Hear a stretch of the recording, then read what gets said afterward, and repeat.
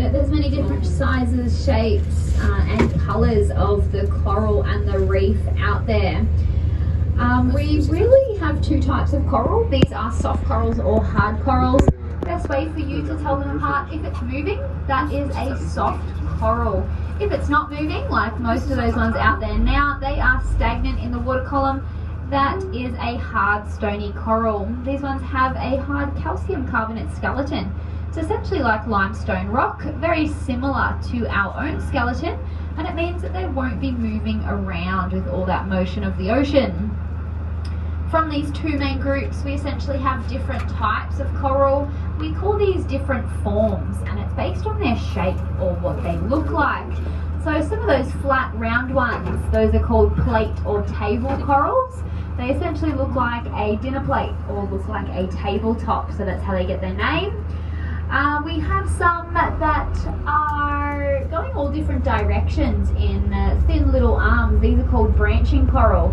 So they look like branches of a tree without the leaves. These two are some of our fastest growing coral species. So these ones grow on average up to about 10 or 15 centimetres in a year. Some species up to about 20 centimetres in a whole year. So these ones sometimes are called the weeds of the ocean because they grow so fast, they take over such a large amount of area.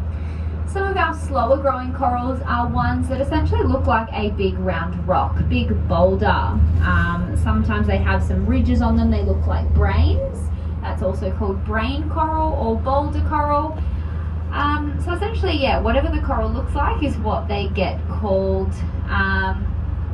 We've got honeycomb coral, broccoli coral, cabbage coral. You got Christmas tree coral. Basically, whatever it looks like, that's going to be the name. So it doesn't make it too hard to name some of the corals when you're out there.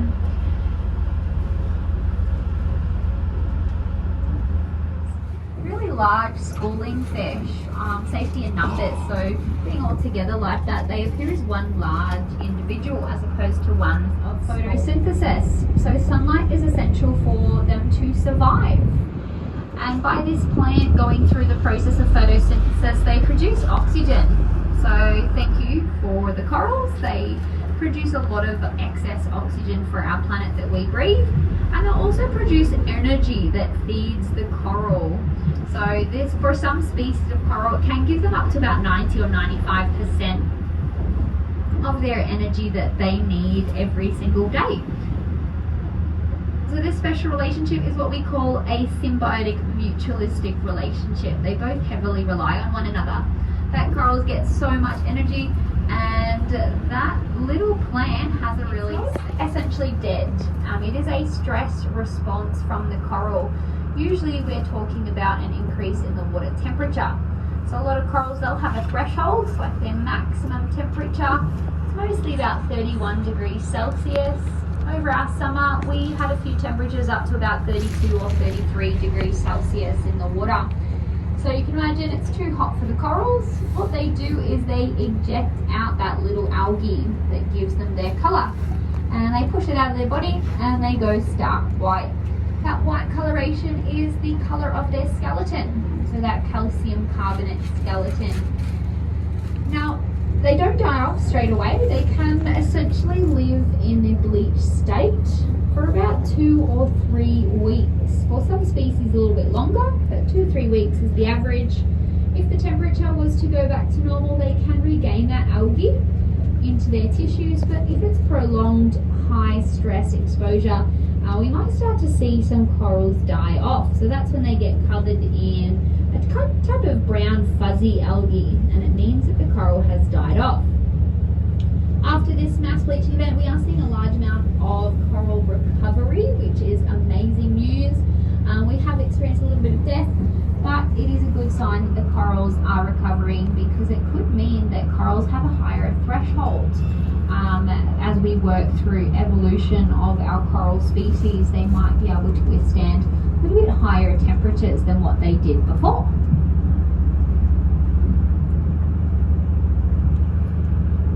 What are the smaller fish down there? These ones are a type of damselfish. What damselfish are your small fish? It is the largest family of fishes on the Great Barrier Reef, so they've got hundreds hundreds amongst the colony. They'll come out, be up above in the water, and then they'll go down between the branches for protection.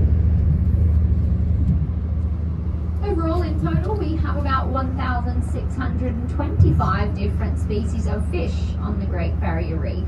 So this is a large, diverse range of species. Makes the Great Barrier Reef pretty special.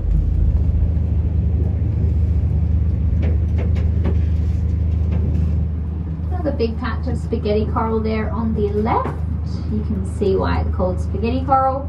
Looks like a big bowl of spaghetti. Those little blue fish, that is the blue-green chromies and the yellowtail fusiliers down there. The silverfish with the black stripes, those are sergeant major damselfish. So another type of damselfish. So an average about 1 centimetre per year. So things that are this size, couple of meters in diameter, could already be a couple of 100 years old. The largest boulder coral on the Great Barrier Reef is about 15 metres high and 5 metres wide. So you can imagine if it grows on average 1 centimetre per year, just how old that they actually live for. We classify them a bit like the building blocks of the Great Barrier Reef. So they are what forms the base, and then everything else will grow on top of them.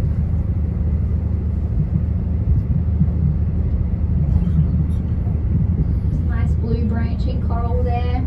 We do get different colours like blue, purple and pink that pop out every now and then. Live in their tissues, and that's how we get the different colours. So there is blue algae out there.